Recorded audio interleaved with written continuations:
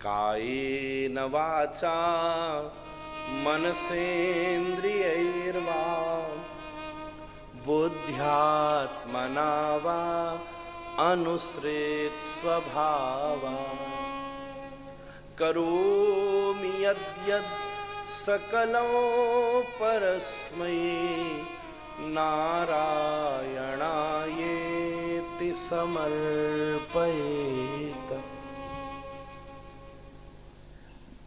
मुश्किल की बात यह है कि हम भगवान से प्रार्थना करते प्रभु हमारे दुख मिटते जाए पर सुख डबल होता जाए। ये क्या मतलब हुआ?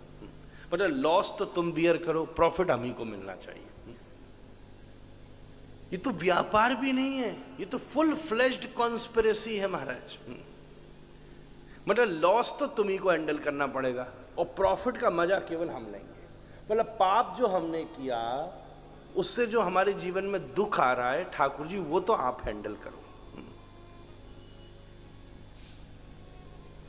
बल्कि एक श्रेष्ठ भक्त का स्वभाव तो ये होता है कि भगवान हम दुख को सहन करने को तैयार हैं पर हमारे जीवन का सुख तो हम तुम्हें समर्पित करते हैं।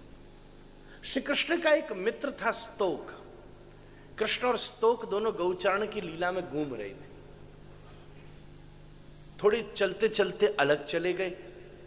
कृष्ण बोले स्तोक भूख लगी है। तो देखा सामने एक गुलर का बड़ा सुंदर वृक्ष था, उस पर एक दो फल लगे हुए थे। स्तोक गया और तुरंत वो फल तोड़ दिया। एक कृष्ण के हाथ में दिया, एक अपने हाथ में लिया। तुझे भूख लगी लाला और देख कैसा सुंदर फल मिले। स्तोक बेचारा साधारण से घर का था, उसने जल्दी से वो फल खाया। कृष्ण भी उस फल को पोंछ रहे थे, अपने पीतांबर से साफ कर रहे थे, मैं खाऊं। इतनी देर में स्तोक ने खा लिया और कृष्ण खाने लगे तो हाथ पकड़ के रोका और कहा, ए लाला देख तू तो बड़े घर को है, मैं छोटे घर को जैसे तैसो जो माखन होवे वो मथुरा वाले और ले जावे, खावन को कछु मिले नहीं ना। ऐसो कर कछु या को भी आधो दे दे तो कैसी बढ़िया बात है जाए। कृष्ण बोले कोई बात नहीं। अपने फल का आधा किया, आधा स्तोक को दिया। स्तोक फटाफट खा गया। फिर कृष्ण खावे वाले थे, फिर हाथ रोक दिया। लाला सुन, मुझे बहुत तेज भूख लग रही है। तो अभी जाते ही तेरे यहां तो 9 लाख गैया हैं, दूध की और माखन की नदी बहती है। मुंह पे तो 9 गैया भी नहीं है, तो फिर खावन को मिल जाएगा। इस समय वैसे सूखो सो पर्यो है, तेज गर्मी है, फल है ना रे, मुंह को बड़ी तेज भूख लगी है, या को भी आधा दे दे। कन्हैया ने फिर उसका आधा किया। 75% तो खा गया स्तोक, 25% रह गया। तो अब फिर कृष्ण खाने लगे तो फिर हाथ पकड़ के रोको, बोले सुन लाला ये 100 टुकड़ों खा के तेरे को का होगा कछु ना, पर कम से कम मोह तो भरोसा है जाएगा कि मैंने 2 फल पूरे खा लिए। कन्हैया बोले अब ये तो गलत बात है, जो मैंने तो पूरा बांट दियो, कछु तो मोह लेन दे तू। और दोनों में झड़प मची, वो कहवे मुंह चाहिए, वो कहवे मुंह चाहिए। दोनों की झड़प में कन्हैया ने स्तोक के हाथ से फल को छीन लिया और तुरंत मुख में रखा। और जैसे मुंह में रख के काटा मैया, कृष्ण का मुंह एकदम टेढ़ा हो गया। ओहो, ये तो इतना भयंकर कड़वा कसैला, अरे राम राम राम, इतना कड़वा फल।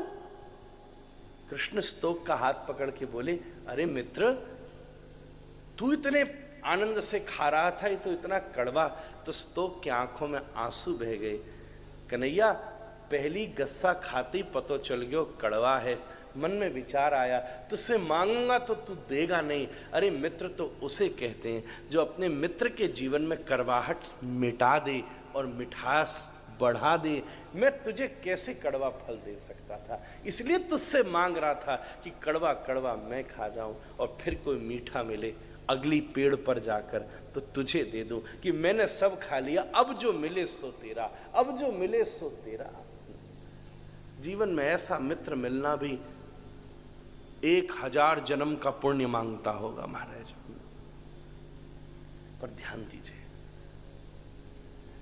अपने जीवन में हम दुख तो अर्पण करने को तैयार हैं परमात्मा को, पर सुख अर्पण करने को तैयार नहीं है। हमारे यहाँ उत्सव, दान, सेवा, इसकी जो परंपरा है उसके पीछे का दर्शन ही यही है कि आप केवल परमात्मा के चरणों में अपना दुख ही नहीं, अपना सुख भी अर्पण करने का अभ्यास कीजिए।